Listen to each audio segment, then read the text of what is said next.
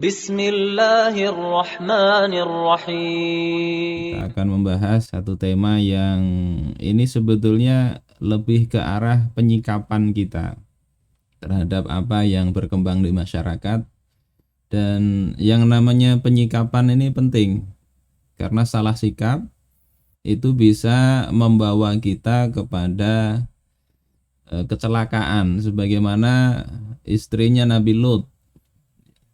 Salah penyikapan saja dia tidak ikut berbuat maksiat seperti kaumnya Nabi Lut, tetapi dia mendukung kaumnya Nabi Lut. Karena itu ikut termasuk dalam bagian orang-orang yang dibinasakan, tidak diselamatkan bersama Nabi Lut alaihissalam gara-gara salah sikap. Nah, yang kita bahas sekarang ini adalah tentang Taliban, kemudian Imarah Islamiyah, dan dikait-kaitkan nanti dengan monsterisasi khilafah. Ini gambar di bawah ini bubuan Taliban ini pernah datang ke Indonesia berkunjung, dan kita tahu siapa yang dikunjungi ya. Sehingga kalau menjelek-jelekkan mungkin juga akan tersangkut-sangkut ke sini ya. Ini sekitar berita yang dulu berkembang. Jadi Taliban ini isunya sepertinya konotasinya negatif.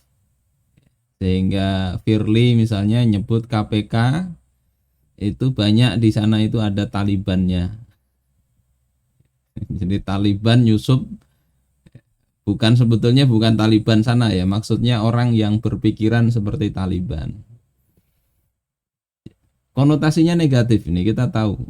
Walaupun orang yang dituduh Taliban seperti Pak Yasin itu mengatakan, oh Taliban ini bagus, yakni orang yang punya komitmen, nggak bisa disuap walaupun sedikit.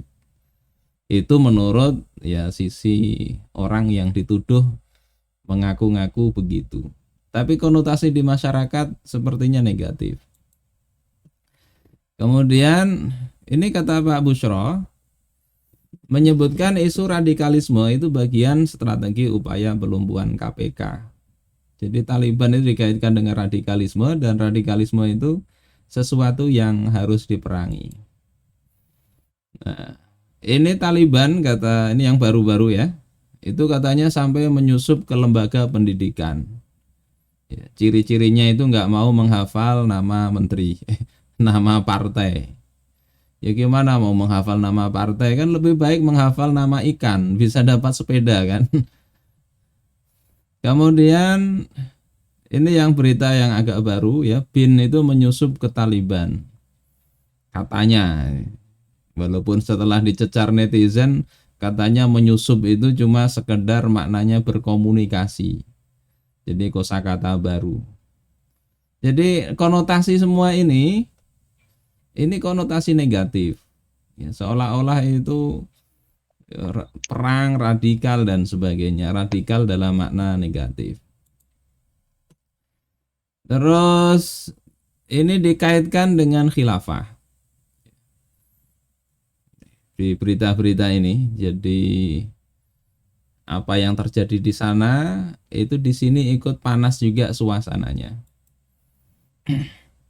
Terus berita-berita buruknya ya, di sana ada berita misalnya di OK News itu Taliban bakar wanita Afghanistan karena masakannya buruk, nggak pinter masak dibakar.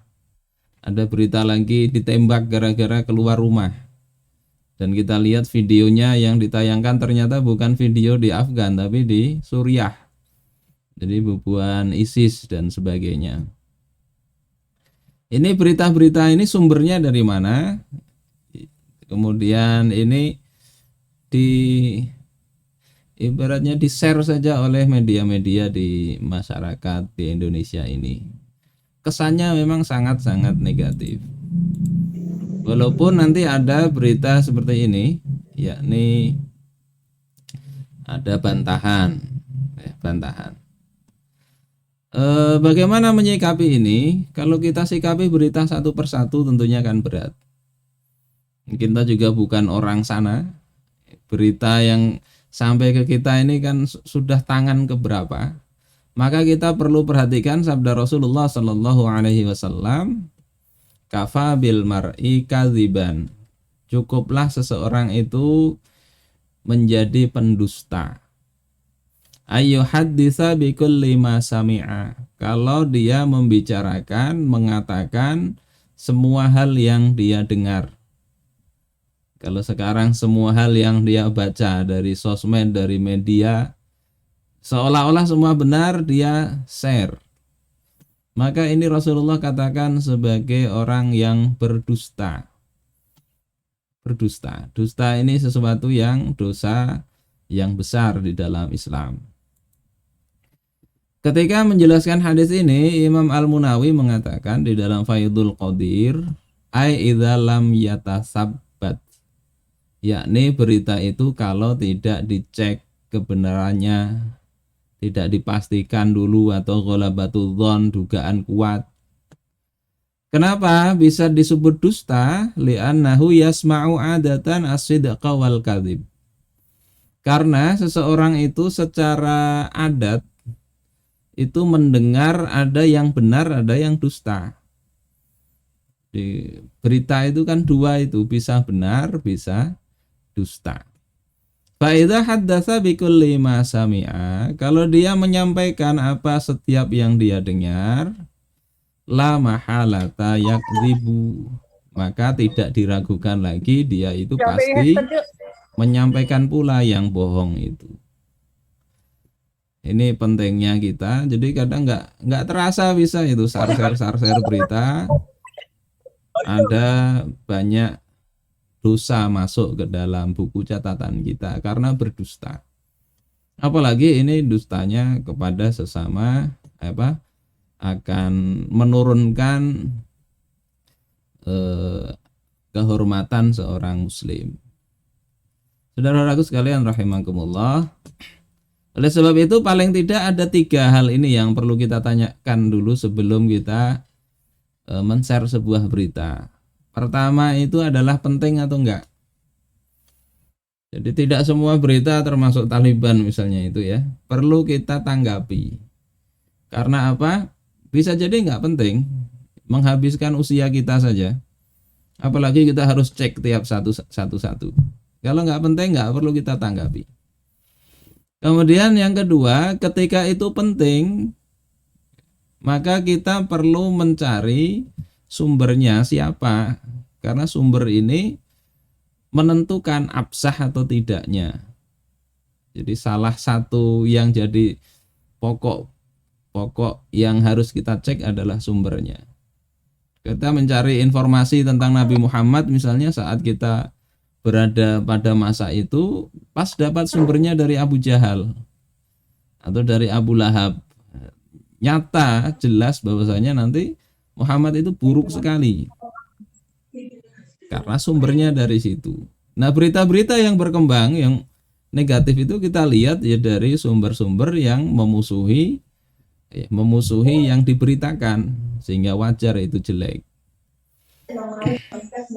Apakah mana yang benar dari yang memusuhi atau yang dimusuhi? Nah, ini bukan wewenang kita itu. Harusnya nanti ada hakim yang memutuskan. Nah, kalau kita bukan hakim, kita punya kemampuan untuk mencari sampai sumber asal berita itu, maka bisa kita simpulkan. Kalau tidak, ya sudah, kita tidak buat kesimpulan. Nah, ketika itu benar sudah, penting sudah kita cek. Sumbernya kita cek itu valid. Tinggal masalahnya penyimpulannya benar apa enggak. Misalnya ada kasus yang itu oleh para buzzer dijadikan berita bahwasanya Taliban ini tidak menghargai wanita. Ada cerita itu bukan Taliban ya, khilafah. Karena apa? Di sana ada kekerasan terhadap seorang wanita oleh suaminya di Afghanistan. Sampai hidungnya itu dipotong si wanita itu. Itu di-share masif. Gawian buzzer. Padahal itu adalah ya kasus. Sebagaimana di Indonesia juga banyak ya, bahkan suami kadang dibunuh istrinya, istri membunuh suaminya. Oknum petugas misalnya membunuh 3 orang gadis setelah diperkosa. Itu juga banyak di Indonesia berita-berita begitu.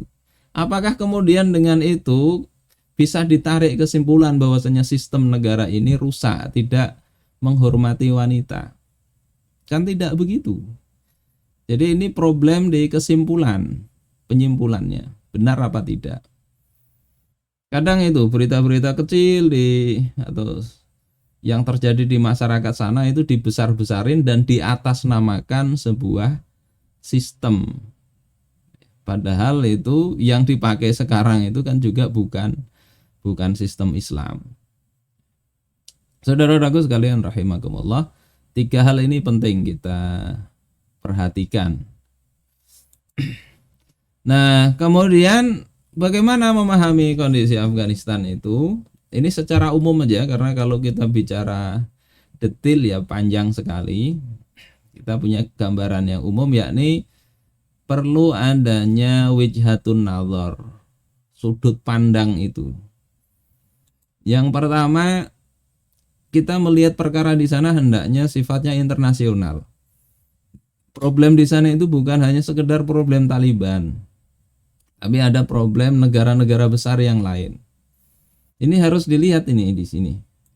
Kemudian yang kedua ada problem ideologis, yakni peran negara-negara besar itu yang mengemban ideologi ke sana. Kemudian yang ketiga dikaitkan dengan peristiwa-peristiwa politik sebelumnya, supaya kita bisa berkesimpulan yang benar. Yang keempat dari sudut pandang Islam, bagaimana Islam memandang semestinya itu di sana seperti apa. Nah, 4 hal ini sebetulnya yang bisa menguraikan problem-problem di suatu negeri termasuk di Afghanistan itu. Nah, kalau yang pertama dan kedua secara internasional dan ideologis, sebetulnya Afghanistan ini kan negara yang jadi rebutan para penjajah. Dan kita tahu ideologi yang dipakai oleh negeri-negeri sekarang ini kebanyakan kapitalis. Ideologi sekuler. Asasnya sekulerisme sudah kita bahas dulu di pembahasan Qiyadah Fikriyah. Dan negara-negara seperti itu, bagaimana mereka menyebarkan ideologinya adalah dengan cara namanya istimar, penjajahan. Bagaimana yang difikirkan itu menguasai, mengeruk kekayaan sebesar-besarnya untuk mereka nikmati. Tetapi ini pasca Perang Dunia Kedua, ada seorang Menlu pada masa Eisenhower namanya John Foster Dulles. Itu mengatakan pasca Perang Dunia II, jika negara-negara barat mempertahankan daerah-daerah jajahannya dengan cara yang sudah ada, yakni militer, maka barat pasti kalah. Satu-satunya strategi yang mungkin berhasil adalah dengan memberikan kemerdekaan secara damai kepada 700 juta manusia yang berada di bawah kekuasaan penjajahan barat. Yang kalau bahasa Habibie dulu katakan ini VOC dengan baju baru. Jadi penjajahannya diubah strateginya dari militer menjadi penguasaan non-militer. Walaupun sekali-kali militer tetap dipakai ketika non-militer itu nggak membuahkan hasil. Tapi prinsipnya itu adalah memang bagaimana menguasai sebuah negeri. Ini bisa dilihat di War or Peace, ya. Saudara-saudaraku sekalian rahimakumullah, ini yang terjadi sebetulnya. Perang antar negara-negara itu memperebutkan Afghanistan dan juga negeri-negeri kaum muslimin yang lain. Nah, ini bisa kita lihat masa lalu Afghanistan sebelum masa penjajahan